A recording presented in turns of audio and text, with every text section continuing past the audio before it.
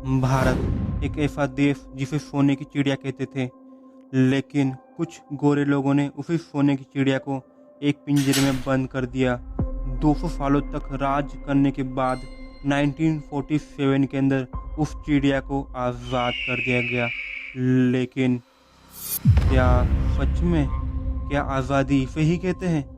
चाणक्य कहते थे, जिस चिड़िया को तुम बचपन से पिंजरे के अंदर बंद कर दो और उसे बड़े होने के बाद आज़ाद कर दो, तो ये याद रखना, ना ही वो चिड़िया कभी उड़ पाएगी, ना ही वो चिड़िया कभी चल पाएगी, ना ही वो चिड़िया कभी आगे बढ़ पाएगी। आखिर ऐसा क्यों?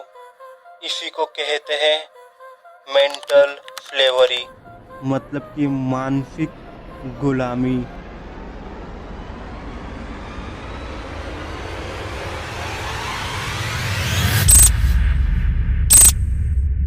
एक ऐसा देश जिसको इस भ्रम में डाला गया कि वो आज़ाद हो चुका है। हाँ, वो शरीर से जरूर ही आज़ाद हो चुका है, लेकिन वो अभी भी मानसिक तौर पर एक गुलामी है। हाँ, एक ऐसा भारत देश जिसको ये गलतफहमी है कि वो आज़ाद है, जबकि वो अभी भी एक गुलाम है। क्या हुआ, तुम्हें यकीन नहीं हुआ? तो इसका बहुत ज़्यादा सही और बेस्ट एग्जाम्पल है इंग्लिश लैंग्वेज। हाँ, इंग्लिश लैंग्वेज, जिसे बस एक लैंग्वेज होना चाहिए था, लेकिन यहाँ के लोगों ने उसे स्टेटस सिंबल बना लिया है, एक ऐसी चीज़ जिसे होनी ही नहीं चाहिए थी। मतलब कि कोई कभी तुम्हें तुम्हारा बॉस ये बोले ग्रेट जॉब और कोई बोले शाबाश, तो इसके अंदर आखिर फ़र्क क्यों महसूस हो रहा है तुम्हें?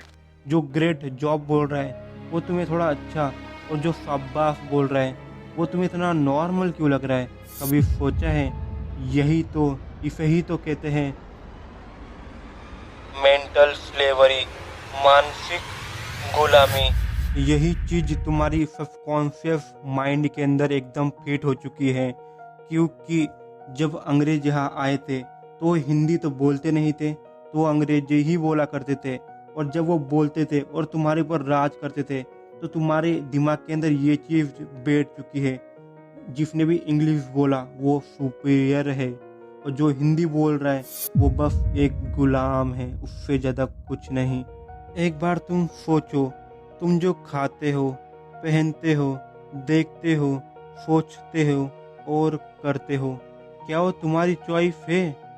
हाँ या ना? एक बार रुको और सोचो, क्या तुमने खुद को एक बार भी कंट्रोल किया है, या बस बाकी लोगों ने ही तुम्हें कंट्रोल किया है? Pizza, burger, cold drink, premium taste है ना? और घर का खाना सिंपल, सादा और बेस्वाद। बाहर का फूड मतलब स्टेटस सिंबल, और घर का नॉर्मल खाना मतलब बस नॉर्मल, उससे ज़्यादा कुछ नहीं।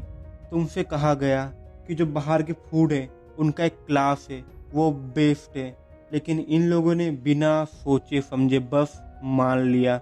वो कहते हैं ना, एक झूठ को 1000 बार दोहराओ तो वो सच बन जाता है। वो यही चीज़ सच करती है एडवर्टाइजमेंट। इन लोगों के दिमाग में बैठ चुका है, जो चीज़ दिखती है वो चीज़ हमेशा अच्छी ही होती है। नाइकी, एडिडास, ज़ारा, जब भी तुम ये सब पहनते हो तो तुम्हें ये बता दिया जाता है कि तुम कुछ बन चुके हो और तुमने ज़िंदगी में कुछ कर लिया है। क्या रियल में? क्या सच्ची?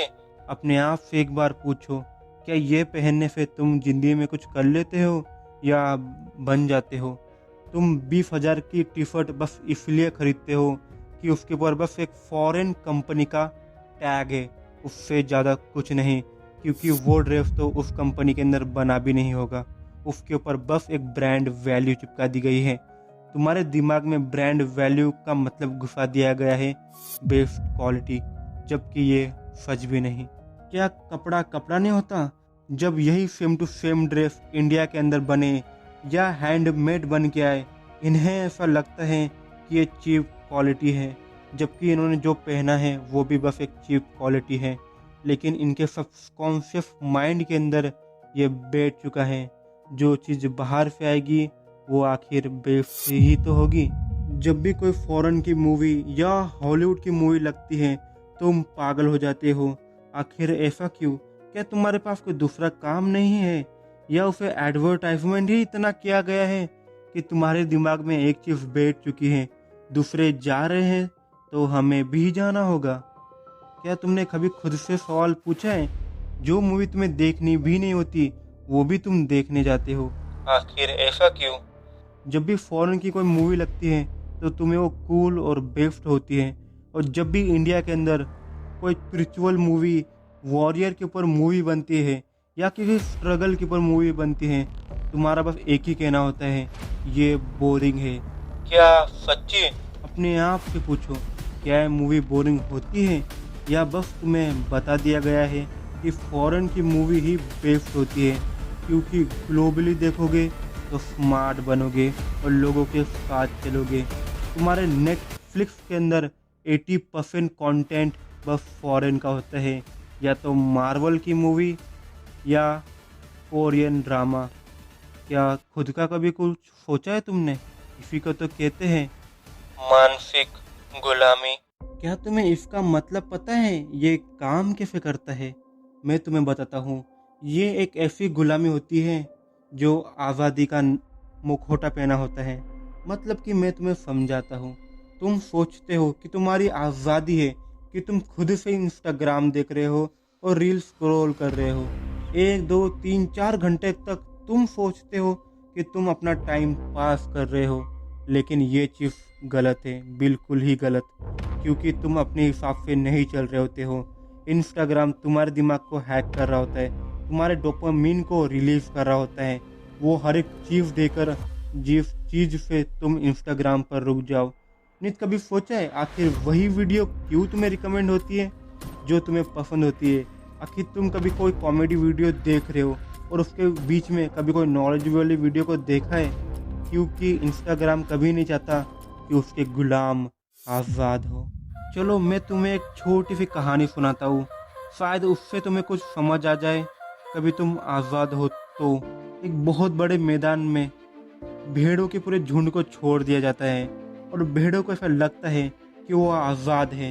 इतने सारे भेड़ों को कंट्रोल करने के लिए कोई ना कोई तो चाहिए। तो तुम्हें पता है उन्हें कंट्रोल करने के लिए कौन होता है? वो होते हैं कुत्ते, मतलब डॉगी। बस 2-4, ज़्यादा नहीं चाहिए, बस 2-4, 100, 150 या 1000 भेड़ों को बस 2-4 डॉगी कंट्रोल कर कर चुपचाप अपने घर के अंदर ला लेते हैं। उन भेड़ों को ऐसा लगता है कि वो आज़ाद है, और उन डॉगी को लगता है कि वो मालिक है। पर तुम्हें सच्चाई पता है? वैसे ही अपना इंडिया है। यहाँ के कुछ इन्फ्लुएंसर या मूवी के कुछ हीरो कुछ बोल दे तो यहाँ के लोग पागल हो जाते हैं। कभी किसी हीरो ने कहा कि मैं तो बस ब्लैक वाटर पीता हूँ, तो अगले दिन हर कोई अमेज़न पर बस ब्लैक वाटर ढूंढने लगेगा। और कभी कोई क्रिकेटर ये बोलेगा कि मैं तो बस क्रिकेट खेलने से पहले ये बिस्किट खाता हूँ, तो अगली सुबह सभी के टिफिन बॉक्स के अंदर यही बिस्किट मिलेगा। मुझे बस एक बात का डर है, कभी इन लोगों ने कह दिया कि ये जहर खाने से हम 2 मिनट में मर जाते हैं, तो शायद यहाँ के गुलाम लोग ये भी चीज़ ट्राई कर लें, क्योंकि आखिर गुलाम तो बस गुलाम ही होते हैं। इन्हें खुद का दिमाग इस्तेमाल करने के लिए कभी कहा ही नहीं जाता। शायद इन्हें पता ही नहीं कि खुद का दिमाग इस्तेमाल करते कैसे हैं। इन्हें बस कोई ना कोई चाहिए जो इन्हें कंट्रोल कर सके, या एक चेहरा जो ट्रेंड के साथ चल सके। कभी इन्होंने खुद का कुछ किया ही नहीं, खुद का कुछ डिसीजन लिया ही नहीं। बचपन से बस माँ बाप ने डिसीजन लिया है, और वो डिसीजन भी वही डिसीजन है जो उनके माँ बाप ने उनसे कहा था। एक ऐसा एजुकेशन सिस्टम जिसके अंदर जानबूझ के या बस धक्का मार दिया जाता है। हाँ, एक ऐसी खाई जिसके अंदर से तुम कभी आज़ाद नहीं हो सकते हैं। एक ऐसा एजुकेशन सिस्टम जो तुम्हें बस नौकरी करना ही सिखाएगा, मतलब कि बस गुलामी। और मालिक को एक गुलाम ही तो चाहिए। इंडिया के आधे से ज़्यादा लोग या तो सरकारी नौकरी चाहते हैं या तो बस नौकरी चाहते हैं, और दोनों ही नौकरी होती है, उससे ज़्यादा कुछ नहीं। और नौकरी भी एक प्रकार की गुलामी ही तो होती है। कभी ध्यान दिया है कि तुम्हारे एजुकेशन सिस्टम ने कहा कि खुद का कुछ क्रिएट करो या खुद का कुछ स्टार्ट करो, तो इसका जॉब बस नहीं होगा, क्योंकि ये वही कंपनी है जो कंपनी अंग्रेज छोड़ के गए थे, एक गुलाम बनाने वाली मशीन, उससे ज़्यादा कुछ नहीं। और यहाँ की जनता, जहाँ के बड़े लोगों को होशियार होना चाहिए था, लेकिन आखिर एक गुलाम होशियार हो कैसे सकता है? ये पॉसिबल ही तो नहीं। यहाँ हर 5 सालों में कोई फालतू सा नेता आता है और कुछ झूठे वादे करता है और एक दारू की बोतल और कुछ चखने में वोट खरीद कर ले जाते हैं। यहाँ के लोग बस एक गुलाम हैं जिनका मुंह कभी नहीं खुलता, भले रोड टूट जाए, पुल टूट जाए या लाखों में लोग मर जाए। इनका बस एक ही कहना होता है, इनका सिस्टम ही खराब है, और जबकि सिस्टम को चूज करने वाले यही लोग होते हैं। इनका माइंडसेट इतना ज़्यादा पुअर है कि इनको पता ही नहीं होता कि आखिर करना क्या होता है, क्योंकि एक भेड़ घास चरने के अलावा ज़्यादा कुछ नहीं कर सकती। और हाँ, ये बात याद रखना, मानसिक गुलामी एक ऐसी गुलामी है जिसके बारे में गुलाम को पता ही नहीं होता।